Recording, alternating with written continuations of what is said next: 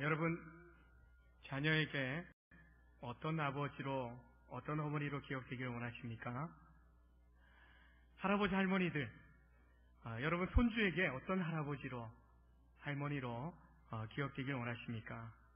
내가 아버지로서 내 자녀에게만, 내가 어머니로서 내 자녀에게만 해줄 수 있는 것이 있다면 어떤 것이 있을 거라 생각하십니까? 제가 한 사람의 고백을 읽어드릴 텐데, 이 고백이 저와 여러분의 또 동일한 고백이 되길 원합니다. 저의 군인이란 사실에 커다란 자부심을 갖고 있지만, 아버지로서 느끼는 자부심은 그 어느 것에 비할 수 없습니다. 군인은 건설하기 위해서 파괴하지만 아버지는 언제나 건설하는 사람입니다. 아버지는 결코 파괴를 모르는 사람이지요. 군인은 죽음의 가능성을 안고 있지만 아버지는 언제나 생명과 창조를 잉태합니다. 죽음의 군대는 막강한 힘을 발휘하지만 생명의 군대는 더 커다란 힘을 발휘합니다. 제가 가진 조그만 소망 가운데 하나는, 제가 이 세상을 뜬 후에 제 아이가 저를 전투 지휘관으로서가 아니라 매일 함께 기도하던 아버지로 기억하는 것입니다.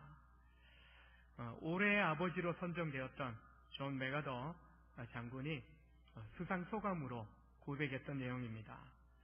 부모로서, 특히 한 가정의 가장인 아버지와 남편으로서, 부모로서 내가 무엇을 해야 할지를 아는 것이 우리에게 너무나 중요합니다. 저는 이 존 맥아더 장군의 고백처럼 매일 함께 기도하던 아버지로, 매일 함께 기도하던 어머니로 기억되는 것이 우리 인생의 가장 귀한 일이다라고 생각을 합니다. 자녀를 위해서 내가 해줄 것이 없다라고 그렇게 이야기를 할 때 보면은, 뭘 해줄 게 없다라고 이야기하는가 보면 돈입니다. 돈 해줄 게 없다, 유산 물려줄 게 없다, 그렇게 생각하기에 줄 게 없다라고 이야기합니다. 그러나 물질적인 것보다도 더 중요한 것은 영적인 축복입니다. 신앙의 유산을 물려주는 것이 가장 값진 자녀를 위한 축복이 될 줄로 믿습니다. 오늘 말씀은 나를 살리고 사랑하는 가족을 살리는 길을 보여주고 있다라고 봅니다. 나는 알 수 없어도 나에게 살아날 길을, 문제를 해결해 주실 분을 찾고 만나는 것이 우리 인생의 가장 중요하다라고 봅니다. 반드시 주님을 만나면 해결책을 얻게 될 것입니다. 또한 주님의 길을 가고, 또한 주님의 길을 보고 따라가는 동안에 우리는 하나님 아버지께서 우리를 향하여 예비해 놓으신 놀라운 은혜들을 경험하게 될 것입니다. 어떤 아버지가 되고 어떤 부모가 될 것인가, 한 세 가지로 함께 나눠보고자 하는데, 첫 번째는 따라서 합니다. 기도하는 아버지가 되자, 기도하는 어머니가 되자. 부모에게 있어서 가장 큰 근심이 되고 걱정이 되는 대상은 자녀입니다. 자녀. 어저께 유치부실 바닥 장판을 바꿨어요. 아이들보다 누가 더 좋아하는지 압니까? 엄마 아빠가 좋아해요. 유치부실 환경이 바뀐 거 아이들은 몰라요. 좀 달라졌네? 그 정도인데 부모님은요, 환경 개선, 다음 세대에 투자 좀 하셨네? 그런 반응을 좀 보입니다. 나중에 어떻게 바뀌는지 한번 가보셔요.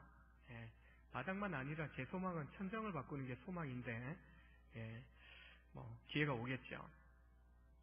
자녀들이 잘 되는 거, 자녀들이 건강하게 성장하는 거, 자녀들이 다치지 않고 문제 생기지 않고 뭔가 인생의 한 걸음 한 걸음 나아가는 모든 길에 그냥 쭉쭉 열리는 거, 형통하게 열리는 거, 그거 바라는 것이 부모의 마음인 거죠. 혹여나 좀 아프기라도 하면은 어떡합니까? 아이가 아파서 잠 못 이루면 부모도 잠 못 이루는 거죠. 큰아이가 어렸을 때 아내가 집에 잠깐 없을 때 열병이 나는 거예요. 아내가 시키는 대로 해열제 먹이지만 안 떨어져요. 그래서 옷을 벗기고 수건으로 몸을 닦아냅니다. 그래도 안 돼요. 하나님 앞에 기도합니다. 하나님, 저 열병 내가 앓을게요. 아이 아프지 않게 해주세요. 시름시름 앓는 아이랑 또 기도하다가 또 닦아내다가 그러다가 같이 이제 잠들어 버리는 거죠. 새벽녘에 깜짝 놀라서 깨어보니까 열이 떨어졌어요. 하나님 감사합니다. 근데 제가 열병 났습니까? 안 났어요. 예. 근데 그만큼 아이의 아픔이 나의 아픔처럼 다가오고 아이가 아픈 것보다는 부모인 내가 아픈 것이 더 낫다라고 생각하는 것이 부모의 마음인 거죠. 요즘 한 자녀만 낳고 기르는 가정들이 점점 더 많아집니다. 예, 많아지고 있어요. 그러다 보니까 아들 하나, 딸 하나만 두고 있는 가족들이 이 자리에도 여러 분 계셔요. 한 명 키우니까 어때요? 얘 하나 잘못되면 큰일 나는 거 아니겠습니까? 예? 얘 하나 인생 망치면 내 인생 다 망친 것처럼 충격적으로 다가오게 되는 거죠. 그러다 보니까 부모님도 한번 생각해 보셔요. 아이들 들들 볶습니까? 그냥 그대로 네 맘대로 하라 그냥 내버려둡니까? 예? 좀 들들 볶지 않습니까? 너 이래 살아도 되냐? 이렇게 공부해도 되냐? 예? 내가 만들어 놓은 그 스케줄대로 학원 가고, 예? 학교 가고, 또 뭐 과외도 받고, 레슨도 받고, 부모가 정해놓은 스케줄대로 로봇처럼 움직여지는 아이들이 참 많이 있어요. 누구더라고요? 부모의 기쁨 조고처럼 살아가는 아이들이 많아요. 그리고 부모가 이 세대 가운데 살아남으려면 그렇게 하지 않으면 안 될 것 같은 두려움이 있는 거죠. 염려가 있는 거죠. 어릴 때야 부모의 돌봄 속에 있으니까 괜찮지만 장성해서 자라가면서 혹시 경쟁에서 밀려나면 이 아이가 받을 충격 또한 절망하게 될 그 모습을 보고 싶지 않은 거죠. 그래서 무엇이든지 원하면 밀어주고 원하지 않아도 밀고 끌어당기는 그 열심을 가지고 아이를 챙기는 부모의 모습들을 보게 되는 것입니다. 성경에도 한 자녀를 두고 있는 부모들이 때로는 슬픔 가운데 그리고 많은 아픔 가운데 그것을 끌어안고 주님 앞에 나와서 간절히 구한 모습이 나옵니다. 누가복음에 나와요. 7장에 나인성에 살던 한 가부가 외아들이 죽어 장사를 지내게 됩니다. 성문을 그 장사 행렬이 빠져나갑니다. 근데 마침 성을 향해서 들어오던 예수님과 만나게 됩니다. 외아들을 잃어버린 그 가부의 슬픈 모습을 보며 치근히 여기십니다. 불쌍히 여기셔요. 장례 행렬에 시신의 손을 얹어 멈추게 하고 그리고 그 죽은 아들을 살려내십니다. 그 가부 어머니의 그 슬픔의 눈물을 닦아주시는 그런 놀라운 은혜를 베푸십니다. 8장에 보면 해당장 야이로에겐 12살 된 딸이 있었는데 그 딸이 병으로 시름시름 앓아서 죽어가고 있는 거예요. 하나밖에 없는 외동딸입니다. 그 딸을 살리기 위해서 예수님에 대한 소문을 듣고 그 아버지 야이로가 달려옵니다. 주님 앞에 넙죽 엎드리며 내 딸을 좀 살려달라고 간절히 구합니다. 예수님이 제자들과 함께 그 집에 가까이 갔을 때 집에서 소식을 가지고 옵니다. 예수 선생님 더 이상 괴롭히지 마십시오. 딸이 죽었습니다. 절망적인 거죠. 그러나 예수님께서 그 아버지를 향하여 두려워하지 말고 믿기만 하라 말씀하시고 그 집에 들어가서 알리다금 소녀야 일어나라. 잠자는 아이를 깨우듯이 소녀야 일어나라. 그 명령 앞에 잠들었던 죽었던 그 야이로의 외동딸이 그 즉시로 살아나 부모의 품에 안깁니다. 연하선에서 내려오신 예수님께서 모여있는 큰 무리를 만나게 됩니다. 그 무리 중에서 한 사람이 한 아버지가 달려와서 외칩니다. 선생님 제발 내 아들 좀 한번 돌보아 주십시오. 이 아들은 내 외아들입니다. 하나밖에 없습니다. 이 아이가 죽어가고 고통당하고 있습니다. 귀신 들려서 이리저리 어릴 때부터 고통당하면서 뒹굴고 깨지고 상한 그런 삶을 살아왔습니다. 이 아이 좀 어떻게 좀 해주십시오. 선생님의 제자들에게 맡겼더니 그들이 아무것도 못합니다. 그들이 하지 못했습니다. 주님이 고쳐주십시오.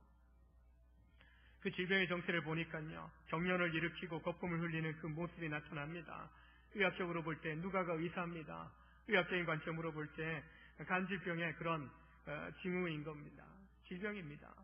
그러나 그 간질병의 배후에는 귀신이 작용하고 있음을 마테마가 또 누가 이 세복음서의 모든 기록에서 언급을 하고 있습니다.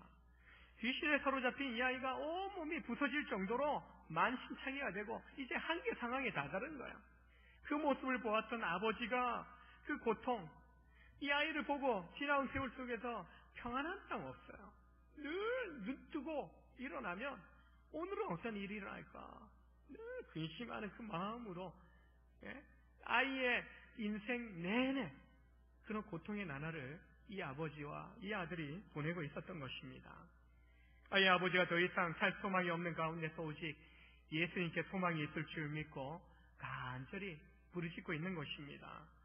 이 아들을 돌봐 주십시오. 이 아들을 좀 자세히 살펴보시고 불쌍히 여겨주십시오 라고 이야기합니다. 제자들에게 변화산에 올라가신 동안에 제자들에게 맡겼는데 제자들이 하지 못했어요. 오히려 고치지 못하니까 서기관들과 막 신학적인 논쟁을 벌입니다. 고통당하는 아이와 고통당하는 그 아버지를 두고서 제자들이나 이 종교 지도자들이나 무리들이 하지 못할 일들, 오히려 그들을 구경꾼 삼아 이렇게 정말 고통당하는 그들을 놓고서 오히려 그들의 종교적인 논쟁만 일삼고 있는 그 모습을 예수님도 보셨던 것입니다. 아직 아무것도 하지 못한 그 제자의 스승입니다. 좀 착잡한 심정으로 주님 좀 돌봐 주십시오. 한번 좀 살펴주십시오. 의학적인 용어로 좀 자세하게 좀 관찰해보고 어떻게 하면 고칠 수 있을지 좀 힘 좀 써보십시오. 할 수만 있다면. 외아들이라고 이야기합니다. 돌봐야 되는 이유는 여기 있는 거예요. 유일한 혈육입니다. 이 아이가 우리 집안의 대를 이어가야 되는 아들인 것입니다. 그래서 더 간절하게 이 아이를 살려달라고 고쳐달라고 요청을 하고 있는 것입니다. 아이든 사랑하는 가족이든 누군가 투병하고 있으면 질병의 권세 아래 고통당하고 있으면 그것을 보는 가족들은 마음이 같이 아픈 거죠. 가슴이 저려오면 내 가슴도 저려오고 다리가 아프면 내 다리가 아프고 팔이 아프면 내 팔도 아프고 머리가 아프면 내 머리도 아파오는 그런 고통이 환자뿐만 아니라 그 환자의 가족들에게도 찾아오는 것을 보게 됩니다. 고통당하는 가족을 보는 거, 환우들을 보는 거, 사랑하는 가족의 입장에서는 피말리는 그런 심정으로 간절히 하나님 앞에 매달리고 부르짖게 되는 것입니다. 질병의 문제만이 아니라 자라가는 아이들이 뭔가 요즘 이제 또 수시 진학 준비하고 있는 우리 고3 또 시험을 준비하는 자녀들이 있는데 뭔가 실패라도 하면 함께 좌절감이 찾아오는 거죠. 절망감이 찾아오게 되는 것입니다. 절망하고 좌절하는 그 모습 보는 부모의 입장에서는 더 큰 걱정이 되고 근심이 찾아오는 것입니다. 아픈 가슴을 안고 주님 앞에 나아가게 되는 것입니다. 이 아버지의 심정처럼 문제가 있어서 위기에 있어서 뭔가 절망에 있어서 간절히 찾아가는 것뿐만 아니라 평상시에도요, 아버지요 부모로서 우리는 위기의 상황이 아닐지라도 하나님 앞에 기도하는 아버지로 살아가고 기도하는 어머니로 살아갈 수 있어야 되는 것입니다. 여러분 자신뿐만 아니라 여러분의 자녀들을 한번 살펴보십시오. 영적으로 살아 있습니까? 아니면 죽어 있습니까? 여러분 자신이나 여러분 가족들이 살아 있습니까? 죽어 있습니까? 그리스도 예수 안에서 거듭났습니까? 새 사람 되었습니까? 아니면은 옛사람 그 모습, 죄인된 그 모습 속에 주저앉아 있습니까?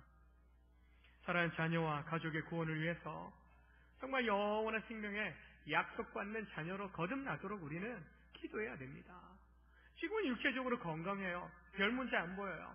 그럼 마지막 개인의 정말 또 언제 올지 알 수 없기 때문에 우리는 사랑하는 가족들의 구원을 위하여 또 사랑하는 동료와 이웃의 구원을 위해서 우리는 기도해야 될 것입니다. 그리고 뭔가 내 인생 앞에 문제가 생기고 위기가 닥쳐올 때 그냥 머뭇거리는 것이 아니라 하나님 앞에 간절히 부르짖어 외칠 수 있어야 되는 거지요. 이 아버지처럼, 이 아이의 아버지처럼 아이를 끌어안고 와서 부르짖는 겁니다. 좀 돌봐달라고. 내 외아들 하나밖에 없는 내 자식인데 주님 외에는 다른 길이 없습니다. 고쳐달라고 부르짖는 거죠. 바로 우리는 우리 인생 길 가는 동안에 문제 앞에 직면할 때 가장 먼저 믿음 있는 우리에게서 가장 잘할 수 있는 거 다른 거 아니죠. 자녀된 권세 특권을 주셨어요. 그 자녀 권세의 특권 중에 가장 큰 게 하나님 아버지 앞에 구할 수 있는 겁니다. 기도할 수 있는 거예요. 이 특권을 우리가 그냥 묵혀두면은 자녀의 그런 특권을 누리지 못하는 것이 되죠. 그래서 여러분, 아버지의 자리에서, 어머니의 자리에서, 부모의 자리에서, 때로는 자녀의 자리에서도 마찬가지입니다. 사랑하는 이들을 위해서 기도하는 여러분 되시길 주의 이름으로 축원합니다. 두 번째는 따라서 합니다. 믿음의 아버지가 되자, 믿음의 어머니가 되자. 제자들이 병을 고치고 귀신을 내어 쫓는 권세를 받았어요.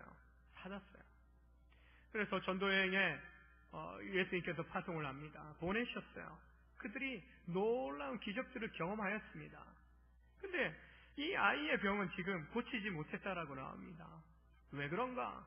마태복음 17장에서 아이가 낳고 부모에게 다시 돌려준 이후에 제자들이 조용히 예수님께 와서 부끄럽잖아요. 전에는 잘했는데 왜 안 됐지? 예수님, 왜 안 된 겁니까? 왜 못한 겁니까? 주님 말씀합니다. 믿음이 적기 때문에 고치지 못했다라고 말씀을 합니다.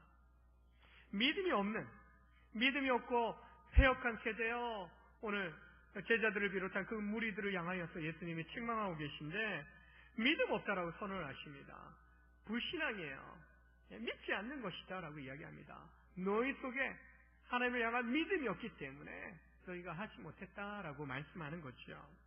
그곳에 모인 무리를 향하여 패역한 세대라, 뒤틀리고 둘러 찢긴 그런 세대다라고 이야기합니다. 그들의 영혼이 타락해 있다라는 것을 이야기하는 거예요.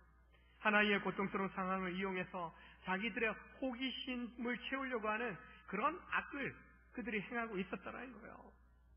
뭐 좋은 구경이 났다고, 자기 자식의 문제라면 그렇게 구경하면서 논쟁을 벌일 것인가? 결코 그럴 수 없다라는 거예요. 내 자식의 문제, 내 가족의 문제라면 결코 조롱거리 되고 구경거리 되는 거 원치 않을 겁니다. 그러나 백성의 지도자라는 사람들이, 제자라는 사람들이 이 병 고치지 못한 것을 가지고, 이 병의 문제를 가지고 논쟁을 하는 거예요. 그 모습을 보시고 예수님이 이 패역한 세대들이야, 이 악한 세대들이야, 언제까지 내가 너희와 함께 있어야 되냐, 깨닫지 못하느냐, 그렇게 책망하고 계신 것입니다. 그래서 41절에 내 아들을 이리로 데리고 오라, 주님을 말씀하십니다. 그들이 할 수 없는 것 주님이 하시고자 하죠. 이 부르심 앞에 데리고 오라는 이 말씀하셨을 때 마가복음 9장에서는요, 아이의 아버지가 예수님께 이렇게 말씀한 내용이 기록되어 있습니다. 9장 22절에 무엇을 하실 수 있거든 우리를 불쌍히 여기사 도와주옵소서. 뭔가 도움을 요청하는 듯하는 그런 간구함이 들어가 있는 것 같아요. 도와달라고 하니까요. 근데 앞에 문장이 무엇입니까? 무엇을 하실 수 있거든, 좀 능력이 좀 있으면 하시든가, 아니면 안 되면 제자들처럼 그만두시든가. 온전한 믿음이 아니에요. 아직 예수님에 대한 확실한 믿음이 없다라는 거예요. 당신에게 뭔가를 하실 수 있는 능력이 있다면 해보십시오.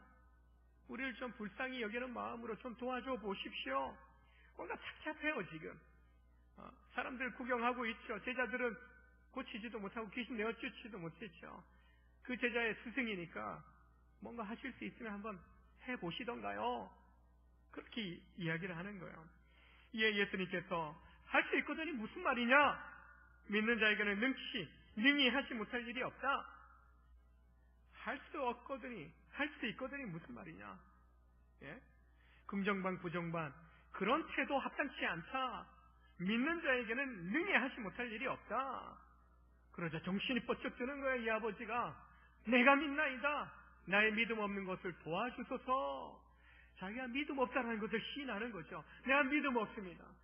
나의 믿음 없는 것을 도와주소서. 내가 믿겠습니다. 믿습니다. 하실 수 있습니다. 그렇게 고백하고 나가는 거예요. 이 아버지의 모습 속에 우리의 모습 보이지 않습니까? 하나님을 믿지 못하는, 하나님 경험하지 못하는 믿음 없는 아버지의 모습, 믿음 없는 부모의 모습, 우리 인생의 모습을 보지 못합니까? 예수님의 아이의 질병 상태를 듣자마자 조금도 망설이지 않으셨어요. 즉시 데리고 오라. 아버지는 망설였어요. 제자들은 쩔쩔매고 있어요. 왜요?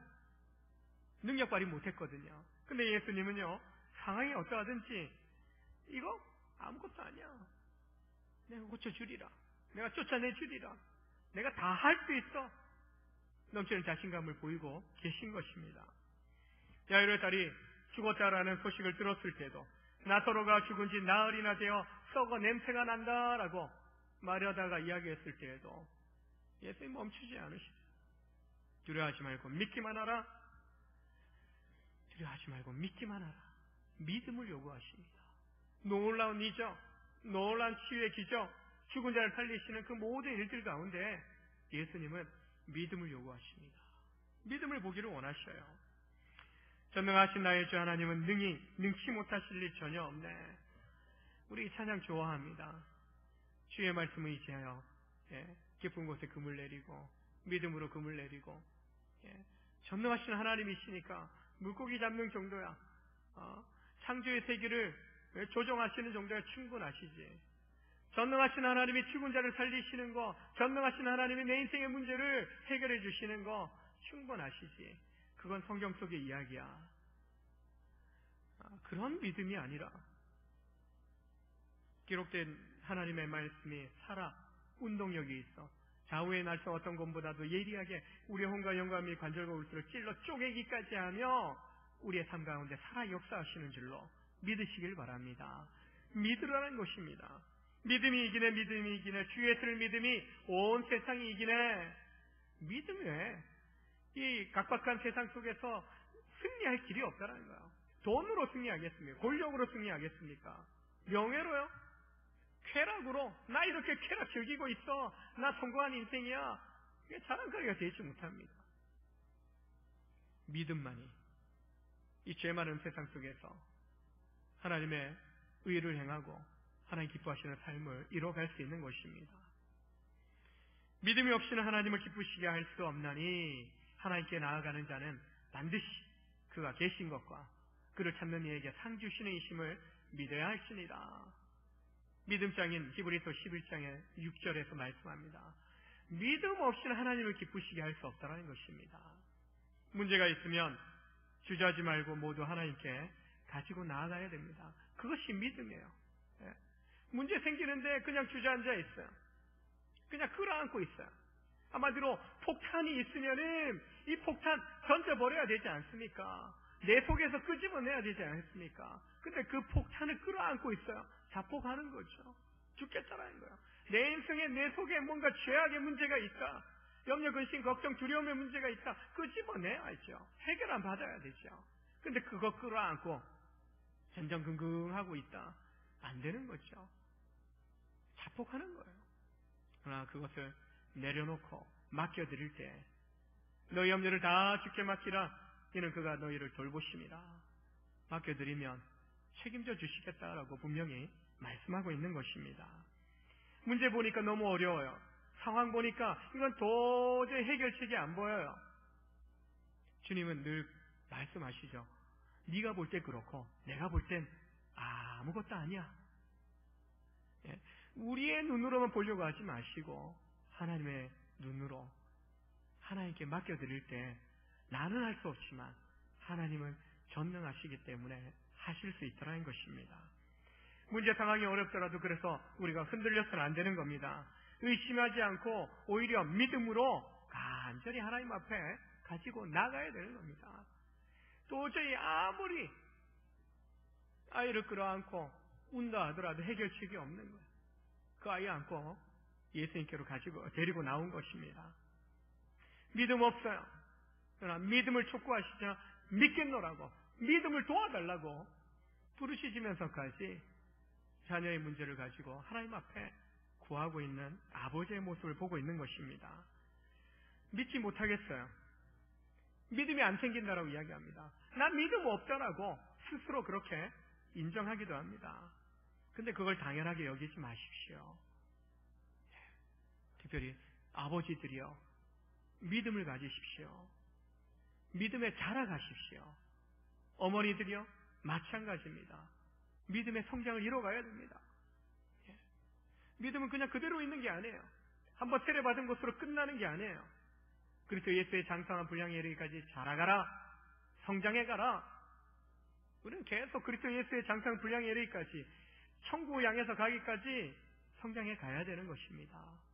멈춰 있어. 요 정도면 됐어. 퇴보하는 겁니다. 뒷걸음질을 치는 거예요. 자라가야 하는 것입니다.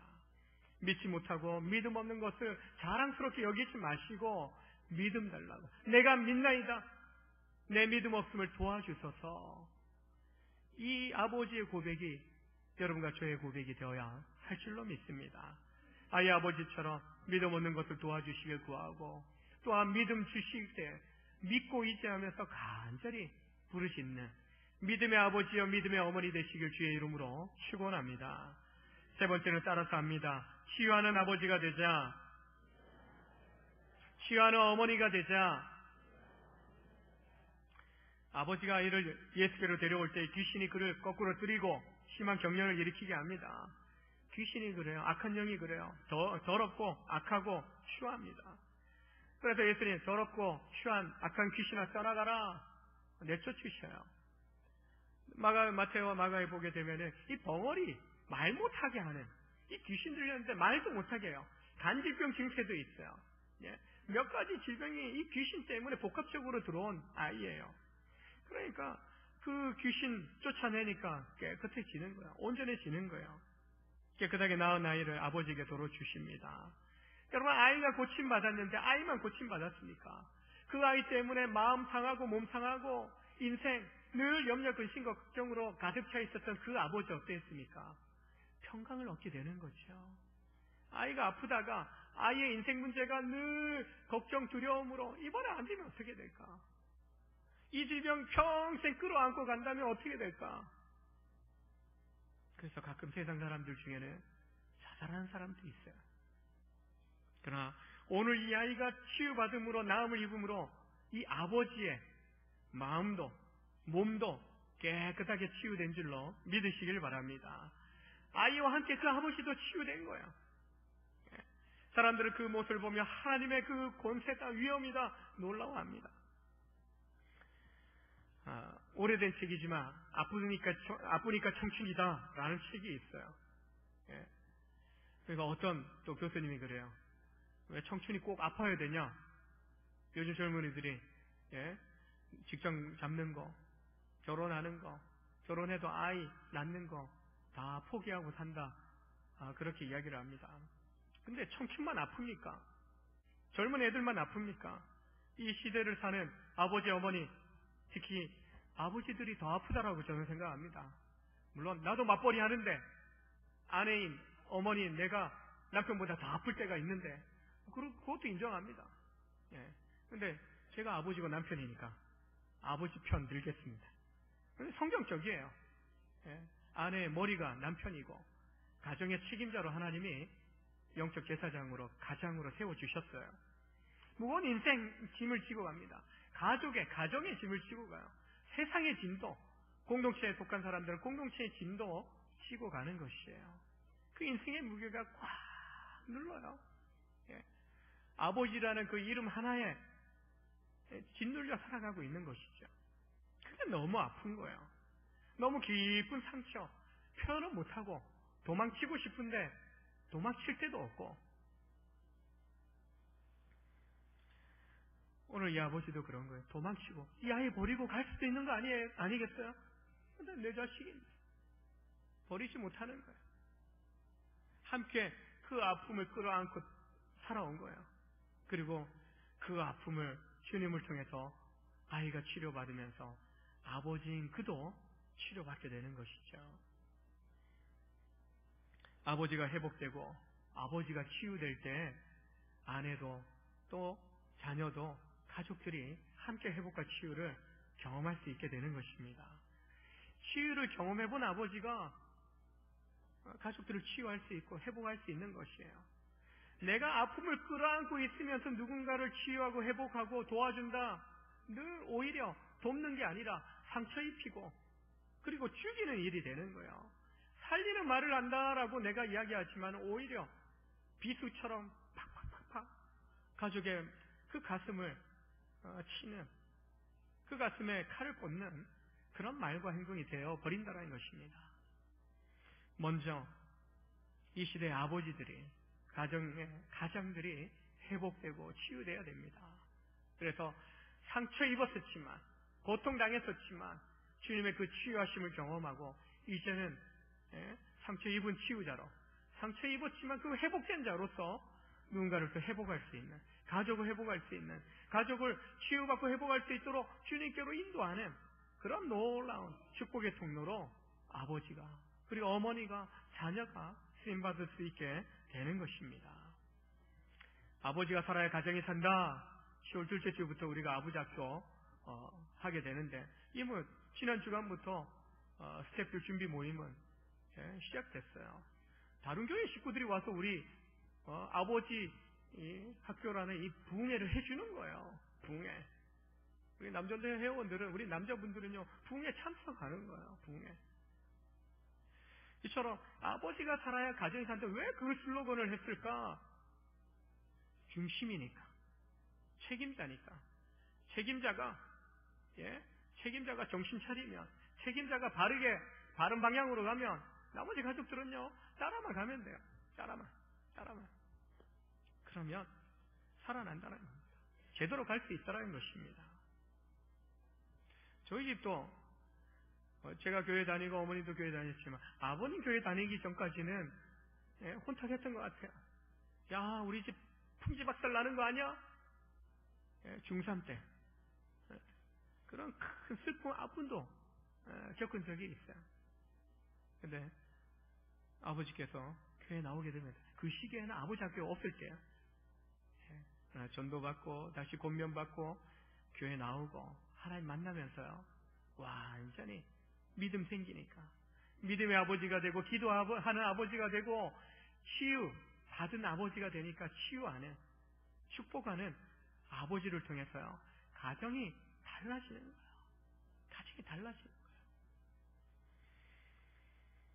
우리가 지금 외쳐야 될 소리가 무엇입니까? 본문의 아버지는 내 아들 살려달라고 외치고 있습니다.